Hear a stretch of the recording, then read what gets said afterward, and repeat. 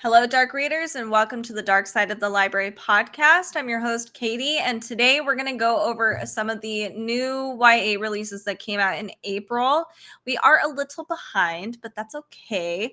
I hope y'all are having a fantastic week so far. We are going to go right into it with I'm excited about this particular one. It is a Buffy book. By the way, if you are listening over on our podcast, you can actually see my face over on YouTube. So definitely subscribe over there. And just a forewarning, these are affiliate links over here. If you are on YouTube and you're checking out our QR codes, we do get a small commission, or if you visit our show notes at darksideofthelibrary.com. All right, so let's get into it. A lot of these books have been released already, which is a good thing, so you can immediately add it to your TBR. Like I said, the first book is a Buffy book. It is Against the Darkness, Buffy the Next Generation. This is by Kendare Blake. So it came out April 9th. I am so pumped. This one is book 3 of 3. I'm so glad we're reprising Buffy. It is my favorite thing in the entire world. So this is the epic finale to the Buffy the Next Generation trilogy. For generations, the Slayer was supposed to be the chosen, the one girl in the world with the power to stand against the vampires, the demons, and the forces of evil. When Willow used the scythe to call up all the potential Slayers at once, it changed everything. Oh, I forgot. Here's the QR code. Boop. There it is. For years, the Slayers have been working and fighting together as a team. Then the darkness came, killing many Slayers and trapping the rest in an alternate dimension. And Frankie Rosenberg, the world's first Slayer/witch, found herself fighting evil alone. Well, sort of. Of course, she's got a whole host of friends. So excited. After their latest confrontation with the darkness, the Scooby Gang is more fragmented than ever. Jake is having a werewolf identity crisis, and the return of his troublemaker brother Jordy is only making things worse. Haley is off pretending to be one of the rogue Slayers. Sigmund is burying his broken heart in books, and Frankie's mom, Willow, and Watcher, Spike, only seem to care about bringing Buffy back. So now Frankie must forge her own path, save the Slayers, and reunite her friends, and lead the charge to defeat the darkness once and for all. I'm so excited. I love Buffy. This was something I read when I was a young, oh my gosh, I think I started Buffy when I was 10. And then I just loved Buffy all through my teen years. So Buffy's perfect.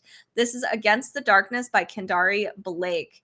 The next book that I want to share with you is another big book that a lot of people have been totally raving about. It is The Black Girl Survives in this one. It's an anthology of different stories. Oh yes, we have Tananarive did the introduction. We have a couple editors. I'm trying to see who the authors are. We have, here it is, Aaron E. Adams, Monica Brashears, Charlotte Nicole Davis, Desiree S. Evans. So a lot of different authors here. YA anthology of horror stories centering on Black girls who battle monsters, both human and supernatural, and who survive in the end. Be warned, dear reader, the Black girls survive in this one. Celebrating a new generation of best-selling and acclaimed Black writers, the Black girl survives in this one makes space for Black girls in horror. This is awesome. 15 stories, chilling and thought-provoking stories place Black girls front and center as heroes and survivors who slay the monsters. They battle the spirits and face down death. So prepare to be terrified and left breathless by the pieces in this anthology. I'm excited. So this is for ages 12 through 18, grade level 7 through 9. This looks awesome. I love anthologies personally. I like being able to just read a story, putting it down, it's done, read the next one. You know, it helps me get my chores done. Anyway, so this is called The Black Girl Survives in this one. There are a ton of amazing authors in here, and it was published April 2nd by, let me triple check the publisher here, Flatiron Books. Next on the list today, we have one that looks really cute. I like the cover of this. It's To a Darker Shore. This came out a few days ago, so April 30th. This is by Leanne Schwartz. It has really good ratings on Goodreads, by the way, that 4.5, so pretty good. When her best friend is sacrificed to the devil, she'll go to hell and back for him. That is a best friend indeed. Plain, poor, plus size, and autistic, Alesta grew up trying to convince her beauty-obsessed kingdom that she is too useful to be sacrificed. Oh, their god blessed their island. It's called Soladisa as a haven for his followers. But to keep the devil at bay, the church sends a child sacrifice to hell's entrance every season. Often poor or plain girls just like Alesta. Oh, this is horrible. With a head full of ideas for inventions, Alesta knows her best shot at making it to adulthood is to design something impressive for the festival exhibition so she might win a spot in the university. Acceptance could guarantee her safety, but Alesta's flying machine demonstration goes totally awry, a failure that will surely mean death. What happens is worse. Her best friend and heir to the throne, Kyrian, takes the blame, expecting leniency, but ends up being sacrificed in her place. Wow, rude.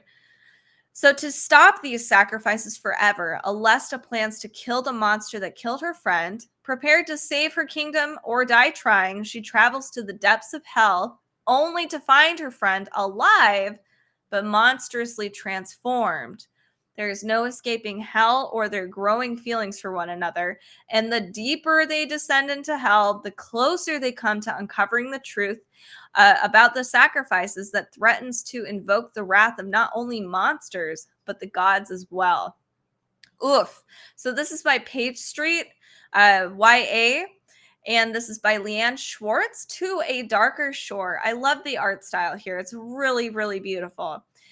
The next one I want to share with you today is Dark Parts of the Universe. This came out April 23rd. It's by Samuel Miller, and the publisher is Catherine Teagan Books. It's Outer Banks meets Bone Gap. It's a propulsive and gender-bending YA mystery following a group of teenagers who discover a dead body while playing an app-based adventure game that sends players to random locations, unlocking a much deeper mystery about their town. That kind of sounds like a fun app, but like, why are you going to random locations? Anyway, it says, in Calico Springs, Willie's life has been defined by two powerful forces, God and the river. The, quote, miracle boy died 5 minutes as a young child, and ever since, Willie is certain he survived for a reason.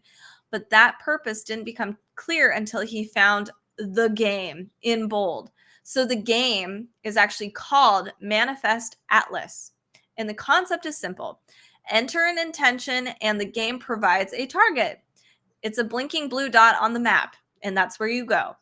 Willie's second time playing this game, his intention takes him to an ominous target, 3 empty graves. That is ominous. Willie is sure the game is telling him he's going to die. I guess that is something I would interpret myself. Willie's older brother, Bones, doesn't believe him, but their friends are intrigued. Sarai, a girl across the river, sets the next intention, something bloody. The group follows the game's coordinates, and they discover something even more unsettling than the graves. They find a dead body. Sarai's stepfather's body, in fact. The game suddenly becomes personal. That's horrible. Willie is dedicated to proving the game works while Sarai is set on finding out what happened to her stepdad. Bones just wants to enjoy his last summer before real life begins. As the group digs deeper into Manifest Atlas, stranger and wilder things begin to appear, unlocking a much deeper mystery running like an undercut through the small town. Super fun. So this is Dark Parts of the Universe. This looks really cool, and I do love the cover. I just noticed that these are like little ripples, and there's people swimming up. Ooh, sinister. All right, the next one I actually do have, and I started this one, and I think I might need to set this one aside and then come back to it when I have more headspace for it. So this is Draw Down the Moon. This cover is phenomenal, and I'm not going to lie, this is probably exactly why I picked it up. I love moons. I think there's something to do with a bunny in here. Maybe not. Maybe that was just my brain. This is by PC Cast and Kristin Cast. So this is going to be a part of a series called Moonstruck. Here's what it's about.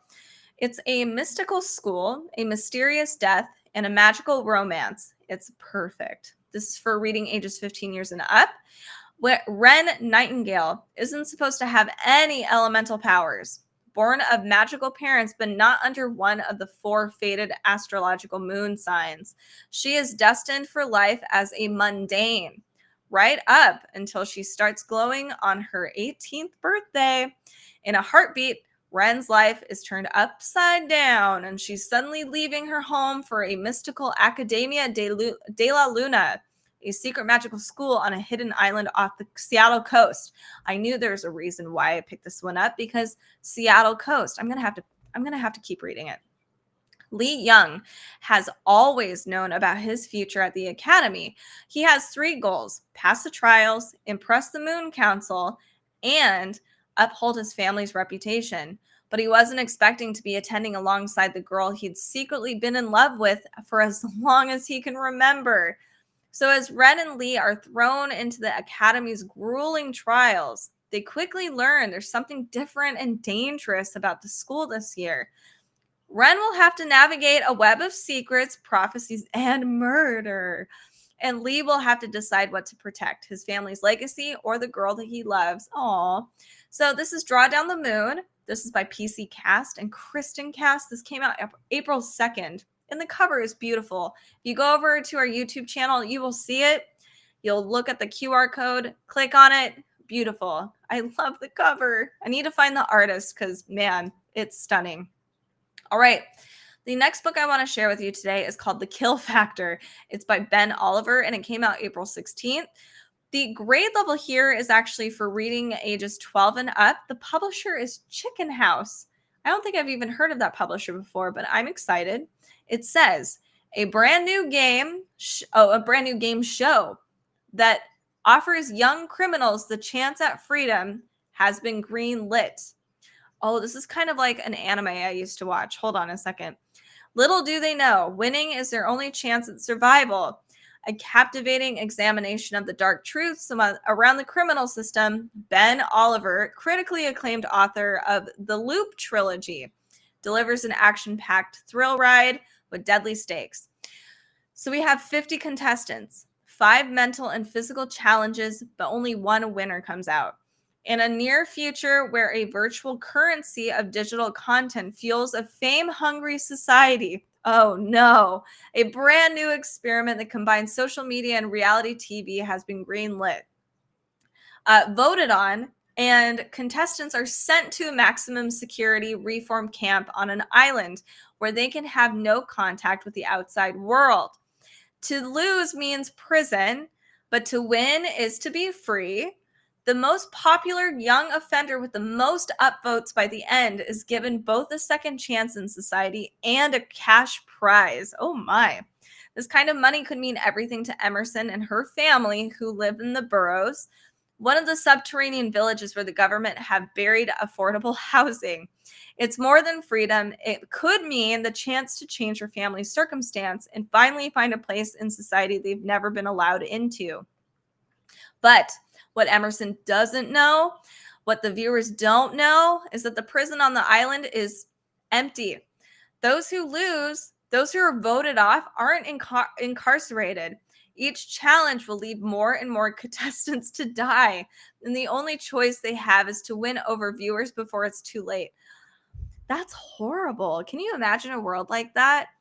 Like, I can imagine that, because that's just where we're going in some capacity. Anyway, this sounds interesting. I think I might pick this one up. I love the cover too. This is The Kill Factor. This is by Ben Oliver. This is for reading ages, I think I saw 12 and up. Crazy. So, and it's 368 pages. All right, this next one is kind of like a fun crime noir book. It is called Kill Her Twice. It's by Stacey Lee. It came out April 23rd. It's kind of historical fiction too. So it's a murder mystery. It is let me see. It is readers will fall in love with the Chow sisters and their quest for truth. Ooh, okay. I'm excited. It's similar to the Agathas, which I know is a pretty big book, and Girl in Pieces. Here's how it starts. It's set in 1932 LA. We have Lulu Wang, who's the star of The Silver Screen and the pride of Chinatown. She has a face known to practically everyone, especially the Chow sisters, who are Mei, Gemma, and Peony, Lulu's former classmates and neighbors. Cool. So the girls instantly know it's Lulu when they discover a body one morning in an out-of-the-way stable, far from Beverly Hills' home where she lived after her fame skyrocketed. So the sisters suspect Lulu's death is the result of foul play, but the police don't seem motivated to investigate. Hold on a second. Even worse, there are signs that point to a cover-up, and powerful forces in the city want to frame the killing as evidence that Chinatown is a den of iniquity and crime. Even more reason it should be demolished to make room for construction of a new railway depot, the Union Station. Worried that neither the police nor the papers will treat Lulu fairly, no matter her fame and wealth, the sisters set out to solve their friend's murder themselves and maybe save the neighborhood in the bargain. But with Lulu's killer still on the loose, the girls' investigation just might put them square in the crosshairs of a cold-blooded murderer. I love murder mysteries. We need more. We were just talking about the boxcar kids, like my sister and I, a few months ago, and we were like, what happened to those books with the murder mysteries and like the Scooby Gang? We need more of those. So I'm excited for this. It is Kill Her Twice. This is by Stacey Lee. Excuse me. Okay. Our next one. I love the cover of this one. It looks so cool. It's The Merciless King of Moor High. This is by Lily Sparks. It's got a decent review over on Goodreads so far. It is 4.7, it looks like. When the adults of Brockton, Connecticut morphed into gigantic bloodthirsty monsters 9 months ago, the students at Jefferson High barricaded themselves inside their school. Now 18-year-old Kay Kim is one of the student council members trying to keep her classmates from starving. Kay has no poker face and can't keep her mouth shut when she knows she's right. So when she accidentally learns a secret that threatens the delicate power balance at Jefferson, she's dragged out of the school in the dead of night and dumped in the middle of town in a secret assassination attempt. Oh. But when a raiding party of cheerleaders from crosstown rival Moor High comes to her rescue, Kay finds herself among ruthless, hard-partying road warriors who have adopted the feudal trappings of a once popular video game. This is hysterical.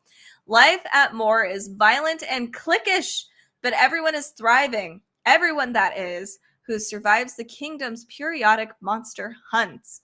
For Moor's beloved King Max demands only two things: absolute fealty, and that everyone at Moor help kill the, quote, dragons. This is wild. So if Kay wants to survive, she must be granted asylum at Moor, which means slaying dragons, not asking the wrong questions, and navigating the rival factions, love triangles, and political intrigues at court. Hold on a second. This was supposed to be a high school in Connecticut with adults that turned into monsters, and now it's becoming a fantasy. Oh, goodness. Okay, so but when Kay discovers a deadly secret that reaches all the way to Jefferson, her inability to hide the truth might spark the revolution that burns both schools to the ground. There's a lot going on in this book. I mean, I probably would love to read it, but it sounds crazy cool. And it just, whoa. Who decided that King Max was the one to like be on this crown? And why isn't anybody doing anything? Anyway, and what about this raiding party of cheerleaders? Anyway, this sounds fun. This is The Merciless King of Moor High. This is by Lily Sparks. All right, the next book. Beautiful cover again. Whoever is illustrating these covers is great. Hopefully it's not AI. Anyway, so this apparently is book 2 out of 2 from the Ouroboros series. I'm trying to remember what book 1 was. I'm actually going to look at, it's Godly Heathens. I remember that one actually. So I haven't read this one yet. It's a fantasy duology.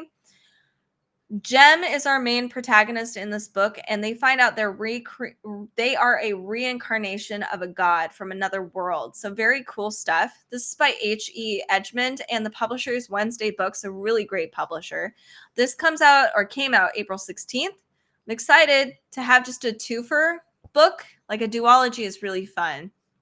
So that day at the First Church of Gracie changed everything for Jem Eccles. And not just because Marion and Poppy betrayed them. Forced to use the Ouroboros knife on Zephyr, who had kidnapped their parents, Jem now has the power of the air god. BT dubs, this is the second book. So if you haven't read the first one, this is a bit of a spoiler. Hopefully none of what I just said before spoils anything, but maybe fast forward a couple seconds and then we'll get to the next book if you're trying to read this whole series. Anyway, moving on. While for any other god, things might work out okay, the magician, whose role within the pantheon is to keep the balance, having the power of another god has thrown everything into chaos. The goddess of death can now reanimate corpses. The god of art's powers are now corrupted and twisted, giving life to his macabre creations. And while the god of land has always been able to communicate with creatures of the earth, now everyone can hear their cries. I love this concept. I might have to pick this up. I love different gods with different domains like that. So Jem, Rory, and Enzo search for a way to restore the balance without sacrificing themselves. New horrors make them question how far they're willing to go. In the end, Jem may be forced to fully embrace their merciless nature and kill off their own humanity, if it ever really existed in the first place. This sounds really cool. This is kind of a quick read. Both of them are. This is around 330 pages. This is called Merciless Saviors. This is by H.E. Edgmon. We have 3 more books today for YA. This next one is an Alice in Wonderland retelling, so definitely keep this one in mind if you're trying to look for some really fun retellings. Haven't had a lot of those recently. Oh, I love the cover of this one too. Here's the QR code. Check it out. You can get it all up close. So if you like Chloe Gong and Judy Aylin, you're going to love this Korean-inspired Alice in Wonderland retelling about 2 very wicked girls, forever bonded by blood and betrayal. I'm already down. So this is by Hana Mikuta. Came out April 23rd. In a world where saints are monsters and Wonderland is the dark forest where they lurk, it's been 5 years since young witches and lovers, Caro Rabbit and Isadora Alice Sickle, were both sentenced to that forest for a crime they didn't commit. Oh my gosh, I love this. And 4 years since they shattered one another's hearts, each willing to sacrifice the other for the chance at freedom. Caro is a successful royal saint harvester, living the high life in the glittering capital and pretending not to know of the twisted monster experiments that her beloved Red Queen hides deep in the bowels of the palace. But for Ika, the memory of Caro's betrayal has hardened her from the timid girl to ruthless hunter, a hunter who will stop at nothing to exact her vengeance on Caro, on the queen, and on the throne itself. Ooh, this sounds fun. Oh, this sounds so cool.